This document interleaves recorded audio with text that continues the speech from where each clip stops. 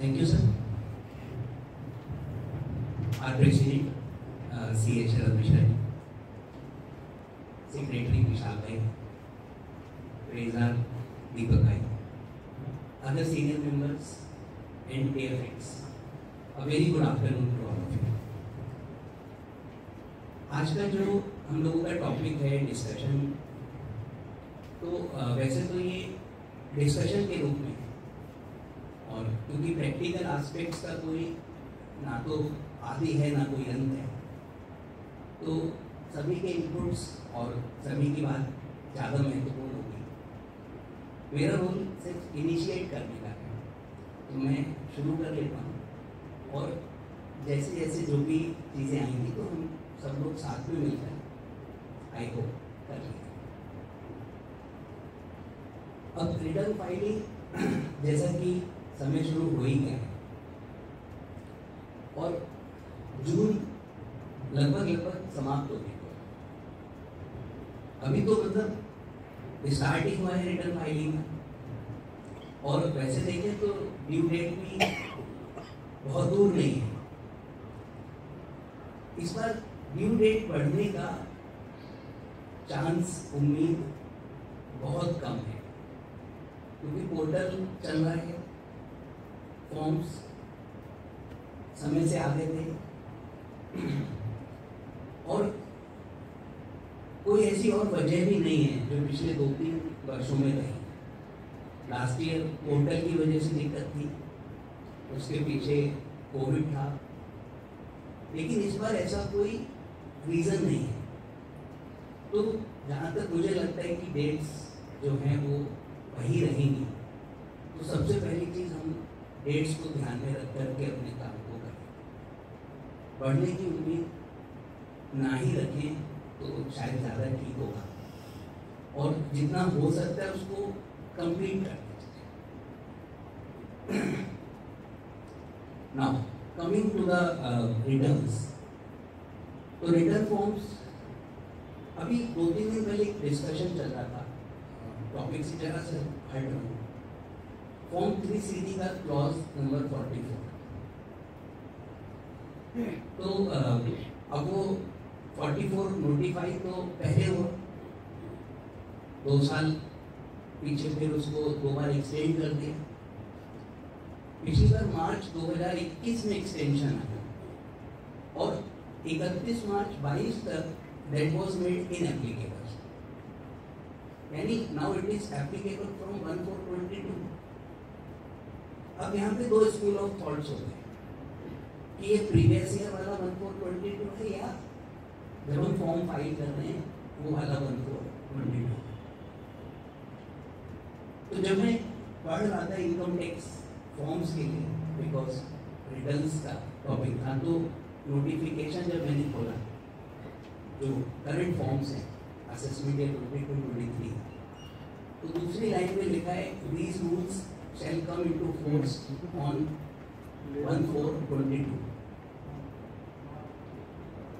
अब form 3CD भी हमारा रूल से चल रहा है, इनकम टैक्स फॉर्म्स भी रूल से चल रहे हैं, ये भी 1/4/22 से, वो भी 1/4/22 से है। तो अगर यहाँ से भी इंटरप्रेट करें तो मुझे लगता है कि that clause 44 is applicable now. और अब कैसे रिपोर्टिंग करनी वो एक अलग इशू है, बट एप्लीकेबिलिटी, सो 1/4/22 जहाँ फॉर्म्स में लिखा हुआ है तो वो फिर करंट डेट से एप्लीकेबल हो गया, और जो कि हमें ऑडिट्स करने उसको करा। Right, now moving forward to the income tax returns. अब जब हम लोग जो रिटर्न्स फाइल कर रहे हैं, इस समय नॉन ऑडिट वाली रिटर्न्स मेनली हमारा फोकस है कि उसको कर लें। साथ में जो नया पोर्टल है उसको भी हमें मैनेज करना है।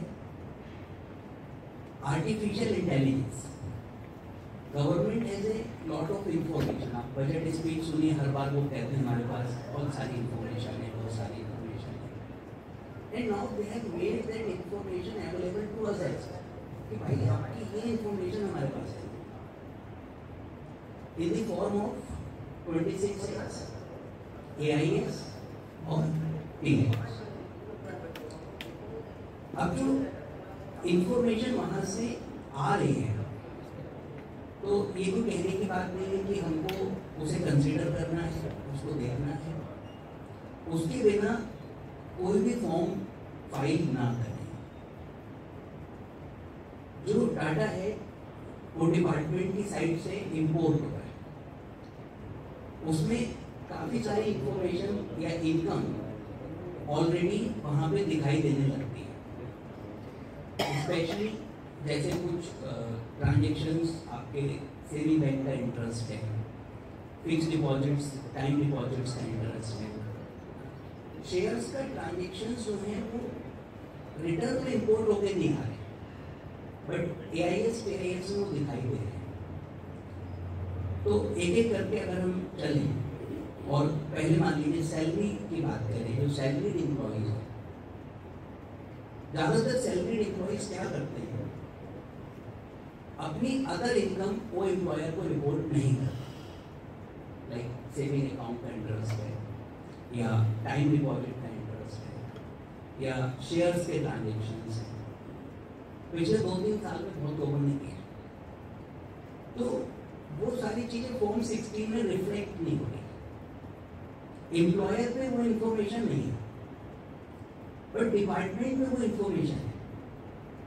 तो जब हम डाटा इंपोर्ट करेंगे या उसका AIS और 26 ईयर्स चेक कर लेंगे, तो जो इंफॉर्मेशन फॉर्म 16 में नहीं है वो अदरवाइज वहाँ पे हमारी आ जाएगी। यहाँ पर ये मेंशन करना बहुत इम्पोर्टेंट सा है कि सेक्शन 143(1) यानी जो समरी असेसमेंट है बिना नोटिस के, बिना उसके, वहाँ पर गवर्नमेंट ने अमेंडमेंट करके उसको रिटर्न फॉर्म को बिना नोटिस के अमेंड करने की बात अपने पास कर रखी है। और आप लोगों के पास भी इंटीमेशंस इस तरीके के आए होंगे, आते होंगे, जिसमें इनकम उन्होंने ऐड कर दी, इन्हांस कर दी, आपको नोटिस भी नहीं दिया, आपसे पूछा भी नहीं, और 143(1) में एडिशन करके आपका रिफंड कम कर दिया है, डिमांड निकाल दी। तो ये जो अब उसके बाद आप अपील करते रहिए, 154 करते रहिए, देयर आर वेरियस इश्यूज।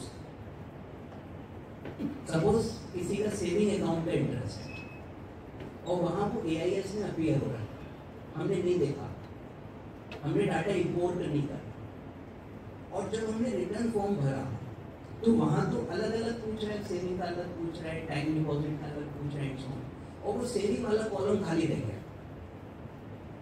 भले ही वो या तो रिपोर्ट होने से रह गया या दूसरी किसी इनकम में गलत जगह फीड हो गया, तो यकीन मानिए वो एडिशन हो गया, वो 143(1) में ही एडिशन हो जाएगा। और अब सही हुआ है तो सही हुआ है, नहीं हुआ है तो रिटर्न दे देंगे। तो दिस इज वेरी इंपॉर्टेंट कि हम डाटा को इंपोर्ट करें। इसमें जो रिफंड की इंटरेस्ट है, इनकम टैक्स रिफंड कहीं आई है, उसकी अगर इंटरेस्ट है, कुछ केसेस में वो 26 ईयर्स में दिख रही है, कुछ केसेस में वो 26 ईयर्स में नहीं दिख रही है, बट जब डाटा इंपोर्ट कर रहे हैं तो 100% केसेस में वो ले रहे हैं। So this is very important. दूसरी चीज जो हम लोग सॉफ्टवेयर यूज कर रहे हैं, कंप्यूटेक्स है या जीनियस है, तो उसमें कई बार ऐसा हो जाता है कि बिना इंपोर्ट करे कर सकते हैं। तो जहाँ हम डिपार्टमेंट की यूटिलिटी यूज कर रहे हैं, दैट इज मच बेटर, वो अलाउ भी नहीं करेगा आपको बिना इंपोर्ट के। बट अदर सॉफ्टवेयर अगर हम यूज कर रहे हैं तो गलती होने का, ओवरसाइट होने का चांस थोड़ा सा बढ़ जाता है। नाउ सैलरी क्लास में जो रिटर्न आप ले रहे हैं वो फॉर्म 16 के हिसाब से प्री प्रिपेयर है, उसको चेक करिए, कुछ और इंफॉर्मेशन ऐड करिए और सिंपली वो आगे बढ़े। अब यहाँ पर अगर हम फर्दर कुछ और डिडक्शंस क्लेम करते हैं, इनकम रिड्यूस कर रहे हैं, टैक्स लायबिलिटी कम कर रहे हैं, तो वो भी हो जाए। उसमें वो आपको एक बार वार्निंग देगा कि ये वाली डिडक्शन जो है वो फॉर्म 16 में नहीं, आर यू श्योर, तो उसको यस करके आगे बढ़ जाएगी, उसका कोई और नेगेटिव इम्पैक्ट नहीं है, बस एक बार डराता है कि भैया श्योर है ये फॉर्म 16 में नहीं था, लाइक आपने कुछ टीडीए क्लेम किया या एटीसी की अमाउंट बढ़ा लिया या कोई और डिडक्शन क्लेम किया, तो वो एक बात, बट डॉक्यूमेंट्स हमारे पास होने चाहिए। तो सैलरी में ज़्यादातर इतना ही इश्यूज हैं। कोई और प्रैक्टिकल आप लोगों के इश्यूज हों तो प्लीज़ शेयर कर सकते हैं। सर AIS में रेंटल इनकम का जो पार्ट आता है जी, जैसे लोग जनरली क्या करते हैं अपना पैन नंबर दे देते हैं, रेंटल इनकम और वो उनकी IAS में रिफ्लेक्ट करनी है राइट। और वो कहीं भी उनको डिक्लेयर नहीं है। तो सर 143(1) में वो ऐड करके भेज दें। अगर आपकी रेंटल इनकम AIS में जैसा लोग ये बता रहे हैं कि रिफ्लेक्ट, अब वहाँ से इंफॉर्मेशन आएगी और अगर TDS कट है तो डेफिनेटली फिर तो सर्विसेज में भी आ रहा है। और अब अगर हम उसको इनकम फ्रॉम हाउस प्रॉपर्टी में नहीं दिखाते तो निश्चित तौर पे मैं समझता हूँ कि वो एडिशन होके आ जाएगा और डिमांड निकल आएगी, रिफंड है तो रिफंड रिड्यूस हो जाएगा। तो यही चीज़ हम लोगों को एक बहुत ध्यान से डाउनलोड करके पहले AIS को देख लेना है कि उसमें क्या क्या इंफॉर्मेशन डिपार्टमेंट हमारे पास शो करता है। रोहन सर आई थिंक यही कहना चाह रहे हैं। बिल्कुल सर, एक्चुअली वो कह रहा है जो part government TDS 4th quarter return का ही करें 2014 उसमें हम लैंडलॉर्ड के पैन नंबर दें जहाँ पर भी 1 लाख से ऊपर की फिगर वो ऑटोमेटिकली AIS में भेज देता है जी। और इसमें जनरली क्या होता है अपने माँ बाप का, अपने इसका, उसका रिलेटिव का भेज देते हैं और वो चीज़ स्किप हो जाती है। AIS में देखना बहुत ज़रूरी होता है। तो अल्टीमेटली फिर वही बात निकल के आ रही है कि AIS हमको हर हालत में देखना है और नहीं देखना मतलब वो तो फिर ग्रॉस रह जाएगा और पक्का एडिशन हो गया। अभी शेयर्स के केस में सर आगे बढ़ते हैं और कैपिटल गेन्स की तरफ चलते हैं। कैपिटल गेन्स में जो इंफॉर्मेशन शेड्यूल कैपिटल गेन है वो बहुत लेंथी, बहुत बड़ा किया हुआ है। अब उस कैपिटल गेन्स में सबसे पहले वो हमसे पूछते हैं किस असेट का कैपिटल है। लैंड एंड बिल्डिंग है, equity oriented mutual fund, equity shares हैं, अदर्स हैं, तो वो सारा एक क्लासिफिकेशन वहाँ पे उन्होंने हमसे पूछा। अब ये जो classification it is very important. एक केस में क्या हुआ कि वहाँ पर इक्विटी शेयर्स की सेल हुई जो 112A वाला है। 112A long term capital gain on shares, उसका 1 साल का पीरियड कर रखा है और अभी इंडेक्सेशन उसमें अलाउड नहीं होता। 1 फरवरी 2018 से पहले के शेयर्स खरीदे हुए तो वहाँ पर ग्रैंड फादरिंग है। 1 फरवरी 18 तक का जो कैपिटल गेन है वो इक्विटी है, उसके बियॉन्ड जो कैपिटल गेन होगा वो टैक्सेबल है। अगर शेयर 1 फरवरी 18 या उसके बाद खरीदें तो grand fathering is not applicable, simply taxable. अब अगर AIS देखेंगे तो उसमें वो पहले तो एसेट क्लास बताता है कि ये इक्विटी शेयर्स है, unit of equity oriented mutual fund है या अदर म्यूचुअल फंड है। इस चीज का सिग्निफिकेंस क्या है? सर सिग्निफिकेंस ये है कि एक केस में इक्विटी शेयर्स थे, लॉन्ग टर्म था और दोनों चीजें वहाँ AIS में दिख रही है। इक्विटी शेयर ये भी दिख रहा है, लॉन्ग टर्म शॉर्ट टर्म में ये भी दिख रहा है। उन्होंने गलती से उसको 112A की जगह 112 में ले लिया। 112 is long term for other thing, indexation नहीं करा, मतलब कंप्यूटेशन ठीक था, जो टैक्स आया वो ठीक था, रिटर्न फाइल हो गया, बाद में 143(1) में एडिशन, क्योंकि उनके हिसाब से आपके पास 112A की इनकम है, आपने 112A ब्लैंक छोड़ा हुआ है तो वो ऐड करके भेजते हैं। मतलब अगर गलत क्लासिफिकेशन में इनकम रिपोर्ट हुई तो जो आपने रिपोर्ट कर दी उससे तो उन्हें मतलब नहीं है, और जहाँ पे उनके पास कॉलम में फिगर थी और वो कॉलम आपका ब्लैंक है या वो फिगर लेसर है तो उतना ऐड करके भेज देता है। तो इस चीज का भी हमको बहुत ध्यान रखना है। कैपिटल गेन्स पे जो शेयर्स पे ट्रांजेक्शन्स हैं, अभी उसका जो टैक्सेशन है वो पहले से ही अच्छा खासा कॉम्प्लिकेटेड है। 4 तरीके का इसमें सिचुएशंस बन रहे हैं। एक, जहां पर इक्विटी शेयर्स हैं लिस्टेड, नॉर्मली शेयर्स में यही होता है। अनलिस्टेड शेयर्स की सेल जो है वो नॉर्मल सेक्शंस में जाएगी, दैट इज 112, या फिर आपका जो applicable tax rate. Listed equity shares हैं, शॉर्ट टर्म है तो 15% टैक्स लगेगा 111(a), और लॉन्ग टर्म है 12 महीने से ज्यादा तो 10% टैक्स लगेगा 112(a). लॉन्ग टर्म में 1 लाख रुपए की एग्जम्पशन है।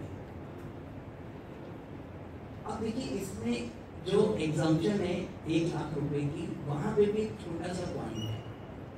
सपोज करिए मेरी टैक्सेबल इनकम इंडिविजुअल हूँ 4.5 लाख है, बिजनेस की सैलरी की वॉटेवर 4.5 है, ठीक है। और मेरे पास 80,000 रुपए का long term capital gain equity shares है। राइट, मेरा छोटा सा क्वेश्चन ये है कि मेरे को 87(a) की डिडक्शन रिबेट मिलेगी या नहीं? मैं अपना क्वेश्चन रिपीट करता हूँ। 4.5 लाख की taxable income, salary, business, other source सब, और 80,000 का long term capital gain on shares जिसमें 1 लाख तक की छूट है।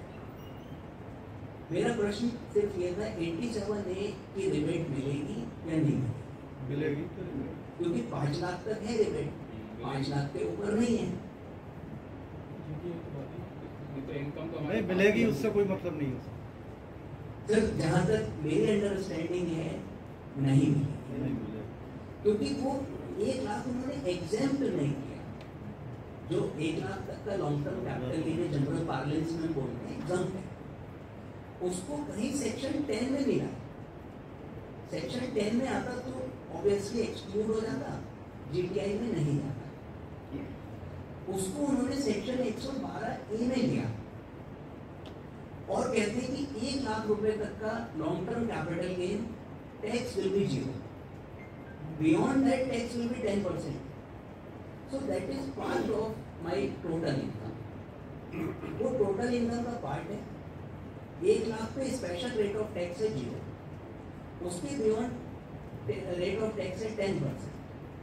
तो यहाँ पर इनकम 5 लाख से ऊपर हो गई और 87(a) अलाउड नहीं होगी, और उसके बाद जो भी होगा। तो ये थोड़ा सा 1 लाख में भी जहाँ पर एग्जम्पशन है वो इनकम का पार्ट है, और उसके बियॉन्ड टैक्स का रेट जो है वो 10%। तो शेयर्स में जो ट्रांजेक्शन्स हैं उसमें एक आपका हो गया इक्विटी शेयर, जो कि अगर शॉर्ट टर्म है तो 15% में जाएगा, लॉन्ग टर्म है तो 10% में जाएगा। इसमें तो दिखाता नहीं कि शॉर्ट टर्म है लॉन्ग टर्म। सर दिखाता है, दिखाता है। एआईएस में जो डिटेल वाली इंफॉर्मेशन नीचे है आए चाहे गलत, लेकिन दिखाता है। पहले सर शेयर का नाम है, उसके बाद इक्विटी शेयर है ये लिखा हुआ है, उसके बाद शॉर्ट टर्म या लॉन्ग टर्म है वहाँ पे है सर। तो व्हाट आई मीन टू से कि अगर गलत क्लासिफिकेशन हुआ, आपने टैक्स भी दे दिया, सब कुछ कर दिया, उसके बावजूद एडिशन हो जाएगा, तो जिस हेड में एआईएस में दिखा रहा है उसमें वहाँ उनके कोड है, कोड भी लिखे हुए हैं, और लाइक SFT 017 है शेयर्स के केस में, उसमें फिर लॉन्ग टर्म का अलग है, शॉर्ट टर्म का अलग है, इक्विटी का अलग है, म्यूचुअल फंड का अलग है, तो वो सारे कोड्स उन्होंने अलग अलग किए हैं। अब यहाँ पर म्यूचुअल फंड की अगर हम बात करें तो जो म्यूचुअल फंड के ट्रांजेक्शन्स हैं अब वो भी एआईएस में सारे रिपोर्ट हो सकते हैं, तो रिटर्न में ऑब्वियसली हमको लेना पड़ेगा। म्यूचुअल फंड तक कौन से सेक्शन में जाएगा और कितना उसका टैक्स का रेट होगा, it is little more complicated then share, क्योंकि म्यूचुअल फंड एक तो है इक्विटी ओरिएंटेड, जिसमें म्यूचुअल फंड की स्कीम में 65% या उससे ज़्यादा पैसा शेयर्स में लगा रहे हैं, वो इक्विटी ओरिएंटेड है। हमको नहीं ढूंढना है कितना लगा रहे हैं, वो वहाँ लिखा होगा।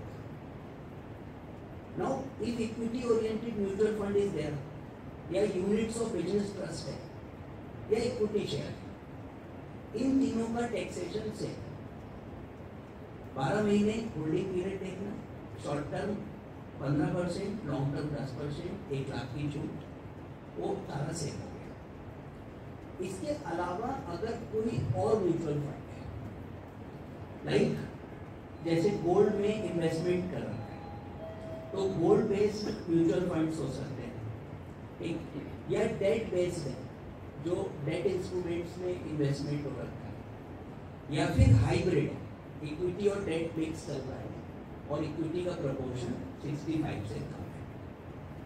ऐसे जो म्यूचुअल फंड हैं उसको आप AIS में देखेंगे तो एक तो उन्होंने लिखा है इक्विटी ओरिएंटेड, उसको शेयर वाला ट्रीटमेंट करना है। दूसरा उन्होंने लिखा है अदर यूनिट्स। अब अगर अदर यूनिट्स लिखा है तो 111A और 112A 15 और 10% में नहीं आते। अब ये उन दोनों सेक्शन से बाहर है। अब अगर लॉन्ग टर्म है तो 112 में आएगा। 112 is normal long term capital gain, 20% tax लगेगा और इंडेक्सेशन भी मिलेगा। और शॉर्ट टर्म है तो नॉर्मल एप्लीकेबल टैक्स रेट लगेगा और शॉर्ट टर्म में इंडेक्सेशन नहीं भी होता है। तो म्यूचुअल फंड में अगर अदर यूनिट्स हैं तो 111A और 12A में नहीं आते, वो फिर 112 और अदर्स में। अब यहाँ पे अगर डिवेंचर्स बेचे, वो भी रिपोर्ट हो रखा है AIS में, बॉन्ड्स हैं, डिवेंचर्स हैं, उस केस में अगर वो लिस्टेड है तो सेक्शन 112 का फर्स्ट प्रोविजन अप्लाई करेगा और जाएगा 112 में, और जो टैक्स का रेट होगा दैट विल बी 10% और इंडेक्सेशन नहीं। Right, so this is about shares, mutual fund और डिवेंचर्स। अब इसमें एक चीज आती है कि कैलकुलेशन और कंप्यूटेशन में बहुत दिक्कत होती है, तो उसके लिए हमें अपने क्लाइंट से इनवेरिएबली उसका जो प्रॉफिट एंड लॉस अकाउंट है वो मांगना चाहिए। जो भी ब्रोकर है वो सारे brokers profit and loss account provide करते हैं, उनके पास वो रेडीमेड है, वो उसकी साइट पे लॉगिन करना है, अगर वो खुद ही यूज़ कर रहा है इंटरनेट से तो लॉगिन करके खुद निकाल सकता है, और किसी के थ्रू कर रहा है तो निकलवा के ला के दे सकता है। हम इसकी कंप्यूटेशन में अपना समय और एनर्जी बहुत ज़्यादा ना लगाएं। AIS से कैपिटल गेन कंप्यूट नहीं हो सकता क्योंकि उसमें परचेज और सेल आ रहा है। अब जो परचेज आ रहा है वो तो कहीं दिखाने का रिटर्न फॉर्म में ऑप्शन ही नहीं है। Purchase of mutual fund, purchase of share, purchase of fixed deposit, purchase of debenture, that can nowhere be shown in the return. Sale जो है वो ठीक है, हालांकि अभी AIS पूरा अपडेट नहीं हुआ है और शेयर्स के कंप्लीट ट्रांजैक्शंस नहीं दिख रहे। पूरे ट्रांजैक्शन अभी बहुत सारे केसेस में नहीं दिख रहे, शायद रिटर्न्स SFT का 31 मई तक गया होगा, अभी अपडेट नहीं हुआ है, या मे भी कुछ रिटर्न्स फाइल ना हो। तो जो कंप्यूटेशन पोर्शन है उसमें हम क्लाइंट से ही मांगे और वो अपने ब्रोकर से हमको ला के देगा, डाउनलोड करके देगा, और उसमें उसका प्रॉफिट एंड लॉस कैलकुलेटेड। अब वहाँ पे वो जब कैलकुलेटेड दे रहा है तो प्रॉफिट कॉलम वाइज है, शॉर्ट टर्म का कॉलम अलग है, लॉन्ग टर्म का कॉलम अलग है, और इंट्राडे का कॉलम अलग है। अब अगर इस इंट्राडे का क्या करना है, अगर इंट्राडे हुआ है, इंट्राडे सेम डे उसने खरीदा, अब इंटेंशन जो भी रही हो उसी दिन बेच दिया। Now this is speculative transaction as per section 43 subsection 5। Intraday जो ट्रेडिंग है वो स्पेकुलेटिव है, तो this must be shown in speculative activity. और जैसे आप स्पेकुलेटिव एक्टिविटी में जाएंगे आपको ITR 3 में जाना, 1 और 2 में बिजनेस है ही नहीं, 4 में केवल प्रिजम्पटिव है। तो हमको ITR 3 में जाना पड़ेगा। Speculative transaction must be shown in ITR 3। Sir business transaction नहीं हो सकता सर स्पेकुलेटिव को बिजनेस में ही लिया हुआ है, तो हम प्रॉपर नॉर्मल बिजनेस ट्रीट नहीं कर सकते इसको? नहीं सर। जो सेक्शन 43(5) है वो बहुत स्पष्ट है कि अगर कोई भी बिना डिलीवरी के हमारे ट्रांजेक्शन्स हो रहे हैं तो वो स्पेकुलेटिव एक्टिविटी मानी जाएगी। अब इसमें इंट्राडे में डिलीवरी नहीं होती है, ऊपर से हमारा जो ब्रोकर है वो इंट्राडे सेपरेटली रिपोर्ट कर रहा है, तो वो एक्टिविटी को अब दूसरे हेड में ले जाना, नॉर्मल बिजनेस ट्रीट करना रिस्की हो सकता है। वो 143(1) में ही एडिशन वहाँ पे होके आ सकता है।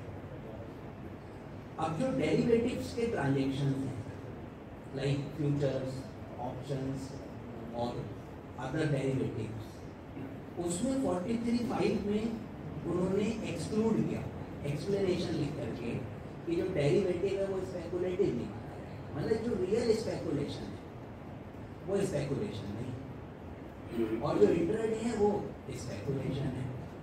तो इसमें सर एक नोटिफिकेशन या फिर सर्कुलर भी पहले आया था जब हम लोग ऑडिट के लिए उसकी थ्रेशोल्ड लिमिट देखते थे कि शेयर ट्रांजैक्शन के केस में उन्होंने कहा कि जो ग्रॉस मार्जिन लॉस का प्रॉफिट का उसको नेट कर दो, उसको अपनी टर्नओवर पे लिमिट स्पेसिफाई कर दो, उसका ऑडिट होना चाहिए या नहीं होना जी चाहिए। जी तो तब भी वो स्पेकुलेटिव नहीं आएगा।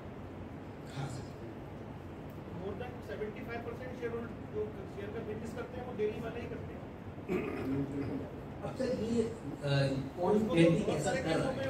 ऑडिट हो भी रहा है, बहुत सारे केसों में ऑडिट रिपोर्ट हाँ सर, ऑडिट होगा, ऑडिट होने के बाद भी वो स्पेकुलेटिव रहेगा। ऑडिट हो रहा है उसके लिए हमें टर्नओवर देखना पड़ेगा। टर्नओवर के लिए जो ICAI का क्लैरिफिकेशन है वो ये कि जितना भी आपका प्रॉफिट और लॉसेस की फिगर है उसको ऐड करके आप टर्नओवर कैलकुलेट करें, साइन इग्नोर करके करना है हम लोग।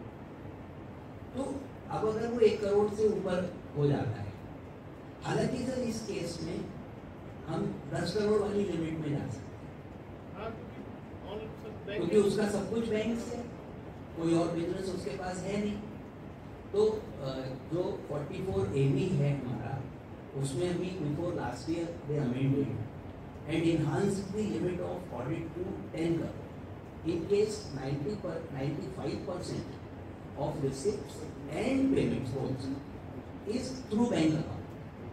तो जो शेयर्स का ट्रेड कर रहा है, ट्रांजेक्शन कर रहा है, उसका सब कुछ बैंक के थ्रू है, तो हम 10 करोड़ तक भी उसको स्पेकुलेटिव, लेकिन वो रहेगा सर स्पेकुलेटिव। नॉन ऑडिट में कर सकते हैं। हाँ, नॉन ऑडिट में कर सकते हैं। हम नहीं कंफर्ट आ रहा हमको तो हम ऑडिट ना करें और 10 करोड़ तक बिना ऑडिट के उसको करें। राइट। तो सर एक आदमी का बिजनेस का ऑडिट हो रहा है जी पहले से, अब ये स्पेकुलेटिव में इसमें आ गए, ये सर स्पेकुलेटिव को भी ऑडिट रिपोर्ट में लेना या अलग स्पेकुलेटिव भी शो कर देंगे? सर इस अब देखिए, जो आप ऑडिट कर रहे हैं यहाँ पे जो क्वेश्चन राइज हुआ कि क्या हमें दोनों का ऑडिट साथ में करना पड़ेगा, क्योंकि उसका जो मेन बिजनेस है उसकी लिमिट में मान लो 1 करोड़ से ऊपर है, इसलिए वो ऑडिट के अंदर आ गया। अब दिस इज अनदर बिजनेस जो कि स्पेकुलेटिव है। इसी में सर मैं जरा सा और ऐड कर देता हूँ। इसी SSC के पास एक और बिजनेस भी है जिसमें वो ट्रक फ्लाइंग और कुछ ऐसा काम कर रहे हैं जो 44A में कवर हो रहा है।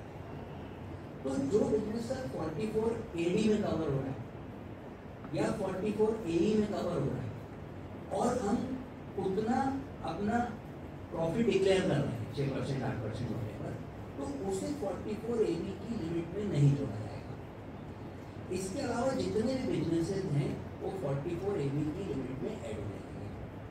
तो इसका जो स्पेकुलेटिव है सर वो भी ऐड हो जाएगा, क्योंकि ये ना तो AD में फॉल कर रहा है ना ये AE में फॉल कर रहा है, तो ये बाकी बिजनेसेस हो गए, और जितने अदर बिजनेस हैं वो सारे हमको ऐड करने पड़ेंगे।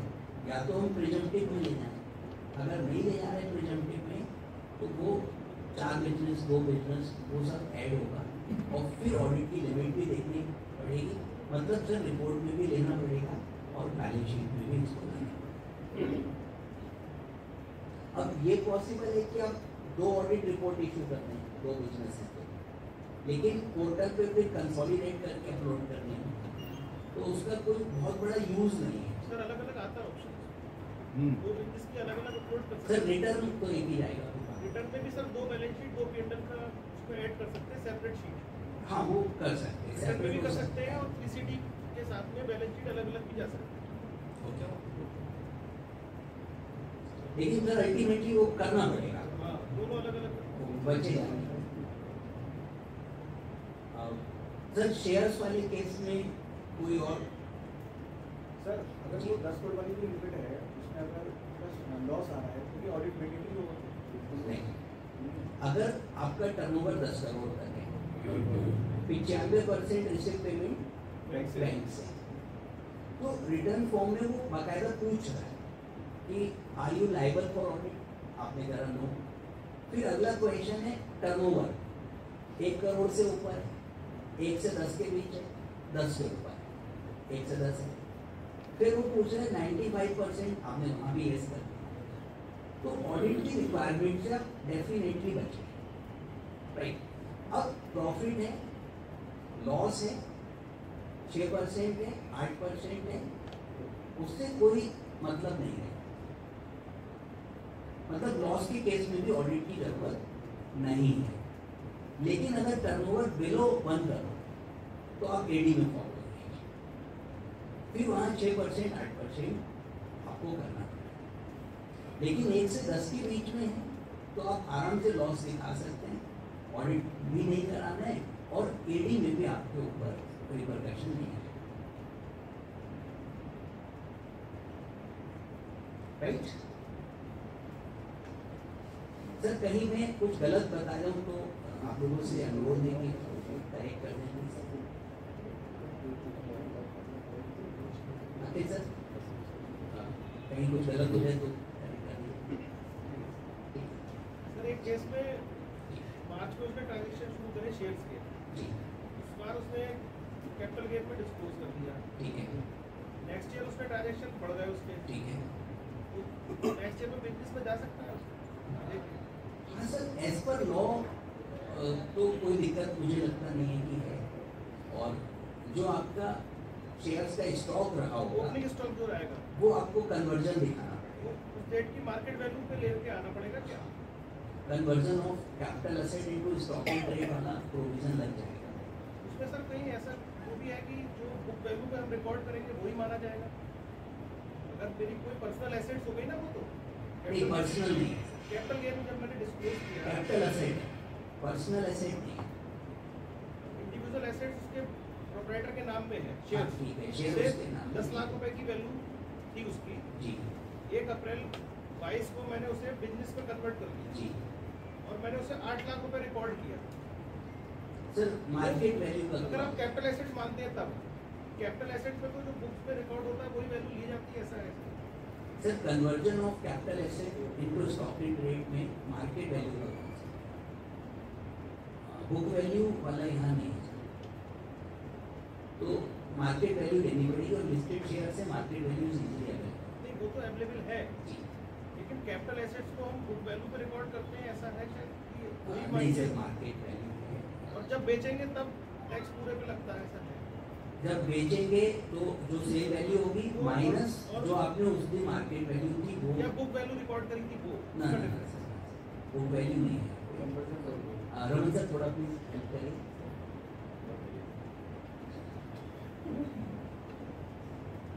सारे जब कैपिटल एसेट और बिजनेस यूनिट्स में आ रहे हैं तो जिस साल ये कन्वर्ट करना है तो अगर मार्केट वैल्यू लेकर आएंगे तो फिर उसको 2 जगह पे टैक्स देना पड़ेगा।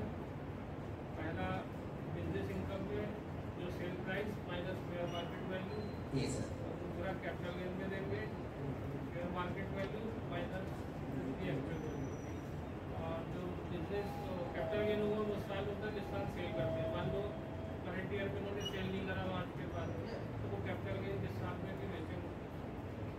टैक्स की जिम्मेदारी उस साल में आएगी हाँ, जिस साल में एक्चुअली सेल करेंगे जमा करेंगे। वो पूरा टैक्स आएगा। लेकिन जो सर कंफ्यूजन था वो बुक वैल्यू मतलब जो वैल्यू हम रिकॉर्ड कर रहे हैं वो, या जो मार्केट वैल्यू लेनी है हमें वो लेनी market value. Market value property के केस में हम लोग करते हैं क्या, प्रॉपर्टी के केस में स्टैम्प वैल्यू इस टाइम वैल्यू वहाँ पे लेते हैं, मार्केट शेयर्स के केस में जो भी मार्केट का रेट चल रहा है सर इसको एक बार देख लेंगे, ये पार्टनरशिप फर्म के केस में ऐसा हुआ है। सर पार्टनरशिप में पार्टनर जो है वो एक एसेट लेके आया फर्म में, सर वहाँ पे 45(4) लगा है, उसका क्लॉज अलग है। तो 45(4) में दे हैव स्पेसिफाइड क्लियरली जो वैल्यू आप बुक्स में रिकॉर्ड करेंगे वो लिखेंगे। वो अलग वो है, अलग। वो अलग। अब ये दोनों केस में फैक्ट चेंज होता है, प्रोविजंस में वो बदलते पार्टनरशिप का केस है। हैं। पार्टनरशिप में आप जो वैल्यू रिकॉर्ड करेंगे वो मार्केट जब आप लेके आ रहे हैं, और जब पार्टनरशिप से लेके जा रहे हैं तो फिर मार्केट वैल्यू 45(5) लगेगा। Right sir. सो शेयर्स वाला केस आई होप कंप्लीट है। अब एक इशू और अराइज होगा जब रिटर्न बनाएंगे भरेंगे, new regime and old regime. तो बाय डिफॉल्ट सब ओल्ड रिजीम में चल रहे हैं, न्यू रिजीम आपको ऑप्ट इन करना पड़ेगा। क्या क्या फायदा नुकसान है वो तो देखिए हम कंप्यूट कर ही लेंगे, सॉफ्टवेयर भी हमारा बता देगा, तो उस पार्ट में मैं नहीं जा रहा। बेसिक 2-3 इश्यूज हैं। पहला ये कि क्या हम न्यू रिजीम ओल्ड रिजीम बार बार स्विच कर सकते हैं?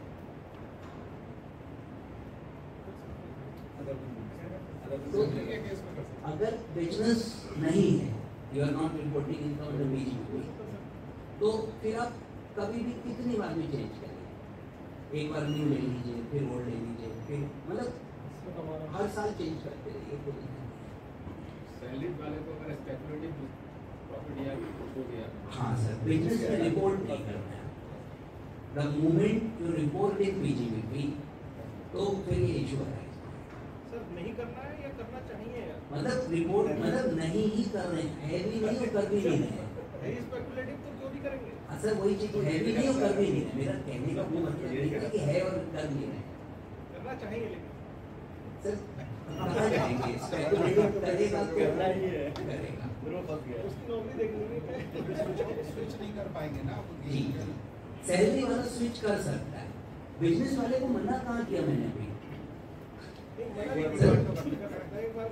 एक बार कर, एक बार वो ऑप्ट आउट कर सकता है, मतलब सॉरी पहले ऑप्ट इन करेगा, उसने न्यू रिजीम ले लिया, फिर न्यू रिजीम उसने छोड़ दिया, ये भी अलाउड है। अब न्यू रिजीम नहीं लेने देंगे, मतलब आप एक बार घर छोड़ के गए, घर वालों ने एक बार वापस ले लिया आपको, अब आप फिर कह रहे हो तो अब कितने बार घर छोड़ दोगे? कैसा? अगर बिजनेस छोड़ देंगे तो फिर घर वाला दैट इज सर, जहाँ बिजनेस इनकम खत्म हो गई अग्निपथ वाला आ सकता है। वहाँ प्रोविजन था। अब अग्निपथ वाला sir during 4 years, after 4 years। After 4 years तो आएगा ही, तो पैसा मिलेगा तो शुरू करेगा। आफ्टर 4 years वो बिजनेस शुरू करेगा। तब वो बिजनेस क्या करेगा? और बिजनेस शुरू करेगा। सर तो एक तो ये हुआ, दूसरा इसमें न्यू रिजीम में सर न्यू रिजीम में कोई डिडक्शंस नहीं मिलेंगी, that is very very clear. 2 deductions new regime में भी अलाउड है, 80 CCD2 और JJJJ। CCD2 is for employers contribution on NPS और JJJJ न्यू वर्कर्स, उसमें जो 30% वेजेस की रिडक्शन है। तो ये 2 डिडक्शंस वहाँ न्यू रिजीम में भी अलाउड किए हुए हैं। देखिए ये कहाँ काम आएगा, न्यू रिजीम इंडिविजुअल्स में भी है, कंपनीज में भी है, वहाँ BSc है, BAD है, अलग अलग सेक्शंस हैं। तो जो अगर मान लीजिए आपका कोई कंपनी क्लाइंट है और उसके पास सिर्फ JJJJ की रिडक्शन है और ज़्यादा है नहीं, तो आपको न्यू रिजीम बेनिफिशियल रहेगा, JJJJ न्यू रिजीम में भी दोनों जगह वो क्लेम हो सकते हैं। बट बाकी की जो डिडक्शन है वो 4 हो, वो चली जाएगी, एडिशनल डेप्रिसिएशन नहीं मिलेगा। तो ये कुछ वहाँ पे नुकसान। सर जिस केस में इंडिविजुअल्स में टोटल जो डिडक्शंस की अमाउंट है ATC टू यू HRA इस डायरेक्शन में लाके अगर वो 2.5 लाख से ऊपर हो रही है तो न्यू रिजीम में कभी भी बेनिफिट नहीं आएगा। अगर डिडक्शंस जो टोटल हम फोरगो कर रहे हैं वो 2.5 लाख से ज़्यादा हैं तो न्यू रिजीम का टैक्स हमेशा ज़्यादा है, और 2.5 लाख से कम है तो कैलकुलेट करके। ये थोड़ा मैंने कुछ केसेस में ट्राई किया। सर इसमें एक प्रॉब्लम जनरेट और हो रही है कि जब एम्प्लॉयर को डिक्लेरेशन फाइल करना होता है एम्प्लॉय को, वहाँ तो वो कह देता है न्यू रिजीम पे मैं करूँगा, इसी हिसाब से उसका TDS डिडक्ट होता है, उसी हिसाब से उसका फॉर्म 16 इशू हो जाता है, वही TDS फॉर्म 24Q में अपलोड हो जाता है। अब उसमें चेंज किया कि मैं न्यू ओल्ड में जाऊँगा, वो डिपार्टमेंट की साइड से ऑटो जनरेटेड फॉर्म जो प्रीफिल्ड आ रहा है उसको यूज़ करता है, उस वहाँ पे डेटा चेंज होता है क्योंकि फॉर्म 16 वाला डेटा है। तो उस केस में तो उसको वाला ऑप्शन खत्म हो गया, प्रीफिल्ड वाला तो भर ही नहीं पाएगा।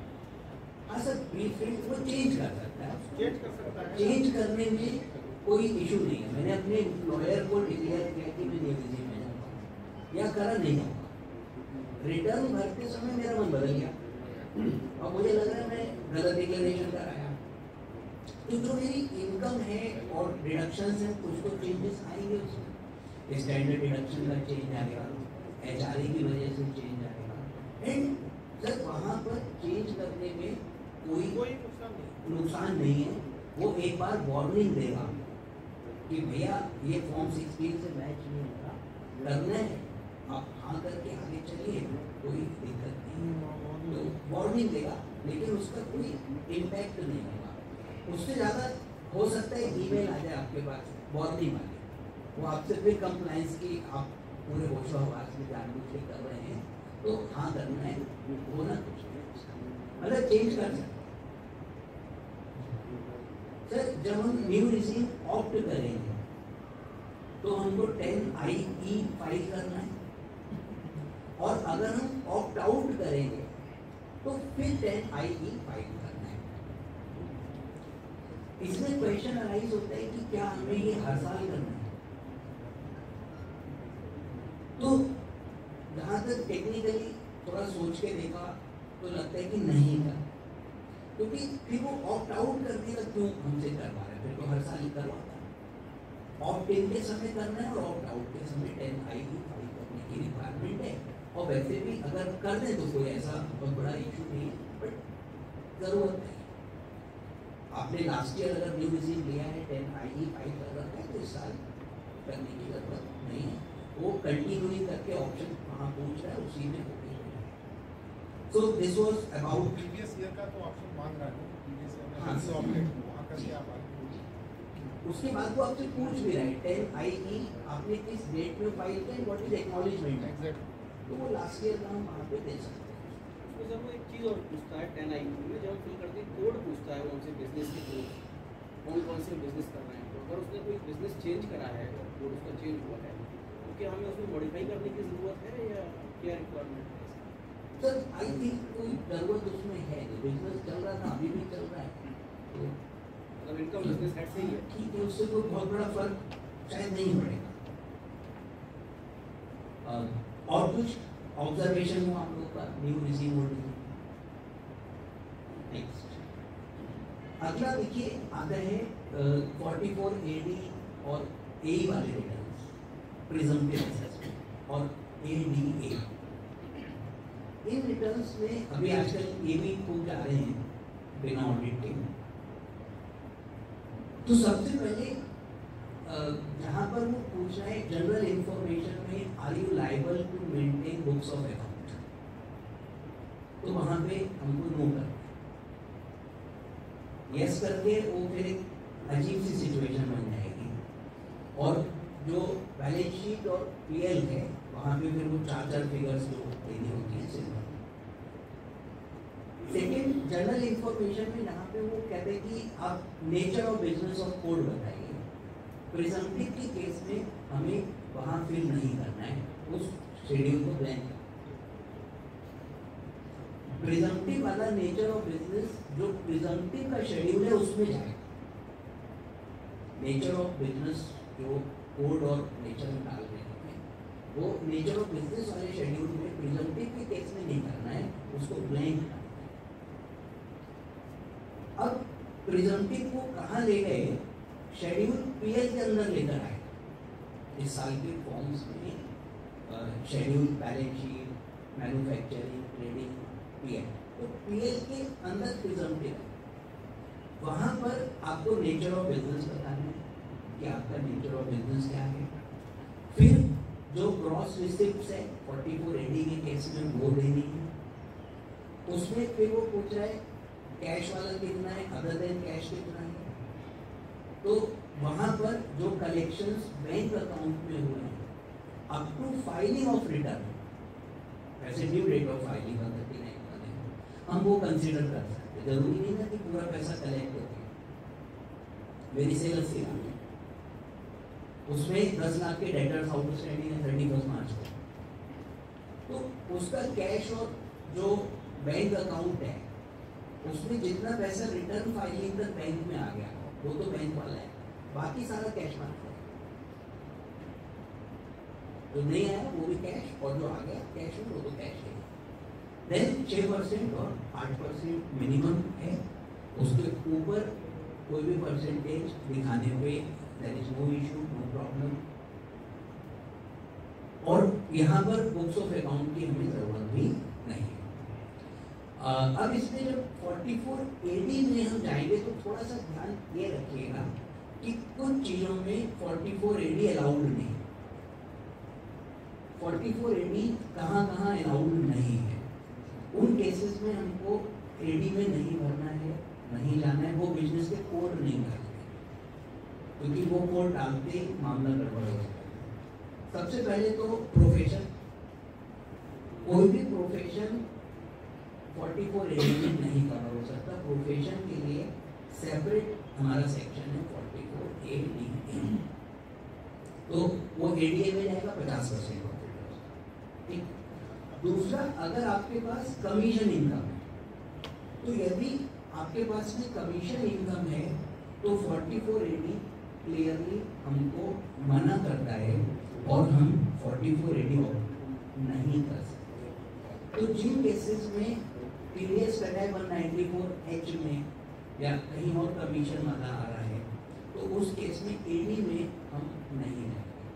AD भी नहीं, बाहर कर दिया, ADA भी नहीं है, प्रोफेशन नहीं है और A तो बिल्कुल भी नहीं, मतलब उसको प्रिजम्पटिव है कमीशन वाले को, उसमें नॉर्मल बनाना है।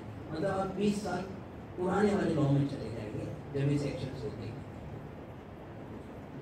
ट्रेडिंग पीएल बनाना पड़ेगा, बैलेंस शीट बनानी पड़ेगी कमीशन वाले केस में, और जो भी प्रॉफिट आ रहा है उसे डिक्लेयर है, भले वो 8% से कम है, ज़्यादा है, और कोड कमीशन वाला सेलेक्ट करिएगा, अदरवाइज फिर वो AD लगाना राइट।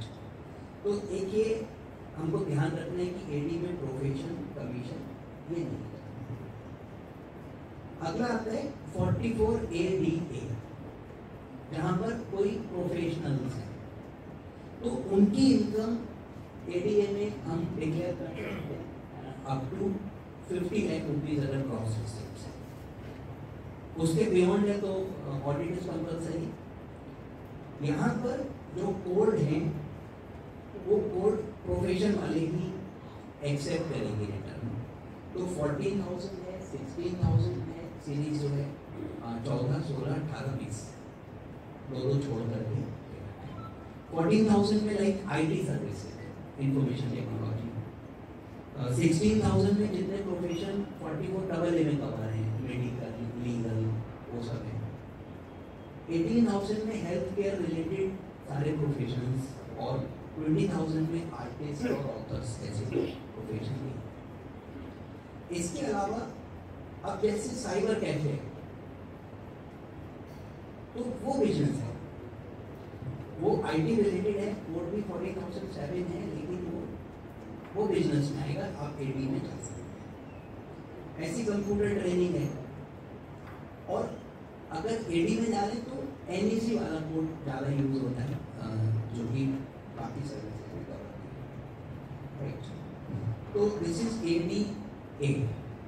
उसके बाद एई अपना ट्रक और वो सब चीज़ें हैं। इसमें 2 पॉइंट्स हैं। एक तो 1000 रुपये पर टन वाला जो कर रखा है ग्रॉस करने जो, तो अगर 12,000 तक वेट मतलब कैपेसिटी है, 12 टन तक का जो है वो उसका अलाउ है वेट, तो इन दैट केस 7500 रुपये per month we have to declare. और अगर 12 टन से ज़्यादा उसका वेट अलाउड है, कैपेसिटी है, तो 1000 रुपये पर टन से हमको पर मंथ डिक्लेयर करना है। इसमें अभी डिपार्टमेंट के पास डेटा नहीं है, हालांकि वो आपसे ट्रक का नंबर पूछ लेता है, टनेज कैपेसिटी पूछ लेता है, but if you feel wrong, I am not suggesting, तो right now they are not in position to match. अभी आरटीओ की साइड से वो लिंक नहीं करा हुआ है, जिस दिन करेंगे उस दिन करेंगे। अभी भी बहुत सारे लोग पुराने ही करे जा रहे हैं, क्योंकि 40-40 टन वाले ट्रक हैं, तो 40,000 रुपये पर मंथ हो। अगर 10 से ज़्यादा भी करें तो हम ऑडिट करना ही होगा हमको। 10 से कम है और इससे कम डिक्लेयर कर रहे हैं तो भी ऑडिट की रिक्वायरमेंट वहाँ कर सकते हैं। तो एक ग्रॉस टनेज वाला पॉइंट। दूसरा पॉइंट आता है कि जो फॉरवर्डिंग एजेंट्स हैं और लाइक इससे ट्रक लिया उसको करा, तो क्या वो भी 44A में जा सकते हैं? तो सिंपली मेरे को नो समझ आता है कि ये फॉरवर्डिंग एजेंट्स के लिए नहीं है, क्योंकि सेक्शन में ओन वर्ड यूज किया हुआ है और जो फॉर्म है, फॉर्म में ओन, लीज और हायर। तो अगर मैं फॉरवर्डिंग एजेंट के रूप में काम कर रहा हूँ, लाइक एक व्यक्ति का ट्रक है, मैंने उसको लगवाया और दूसरे ने उसको लगाया, तो ना तो ओन है, ना मैंने लीज किया, ना मैंने हायर किया, तो इट इज कमीशन। ये कमीशन इनकम, यस, उसको हम कमीशन वाले रूप में, जो हमारे इनकम का पोर्शन है, केवल उसको अपनी ग्रॉस रिसिप्ट माने और वो ग्रॉस रिसिप्ट लेकर के हम अपना रिकॉग्नाइज करें और आगे पूरी फ्रेट को इनकम मानने की जरूरत नहीं, क्योंकि जो फ्रेट, मान लीजिए मैंने 12,000 कलेक्ट किया और 11,000 मैंने जो ट्रक ओनर था उसको दे दिया, 1000 लेगा, तो जो 11,000 है वो कभी मेरी इनकम का पार्ट था ही नहीं और उसमें मेरा कोई राइट भी नहीं था। लेकिन अब इसमें टीडीएस वगैरह कट रहा है, तो फिर प्रैक्टिकली सर बड़ा इशू है। इन दैट केस 12 को इनकम मानी, 11 खर्चा मानी, आगे चले, नहीं तो वो फिर नोटिस पकड़ाएंगे। सर नॉर्मली हर केस में टीडीएस ग्रॉस अमाउंट में ही कट के आता है। हाँ सर, अगर टीडीएस कट तब तो मजबूरी है, फिर तो आपको कमीशन एजेंट भी जीआर इशू कर रहा है। हाँ, फिर जीआर इशू कर रहा है तो उसका टीडीएस कट रहा है उसके नाम पर। बिल्कुल सर, बहुत सारे टीडीएस नहीं कट रहे हैं, तो वहाँ पर आप खाली कमीशन को ले सकते हैं, बट टीडीएस कट गया है तो हमको उतनी ग्रॉस रिसिप्ट शो कर देनी चाहिए, क्योंकि अदरवाइज तो प्रैक्टिकली बहुत बड़ा एक इशू है। कौन समझाएगा application of income, diversion of income faceless regime में कैसे समझा पाएंगे? नहीं समझा लेंगे ना, क्यों जरूरत है इसमें आएंगे? Yes sir. Sir this is some issues relating to presumptive assessment, कुछ और ऑब्जर्वेशन आप लोगों के इनपुट सर प्रेजेंटिव चीज़ ये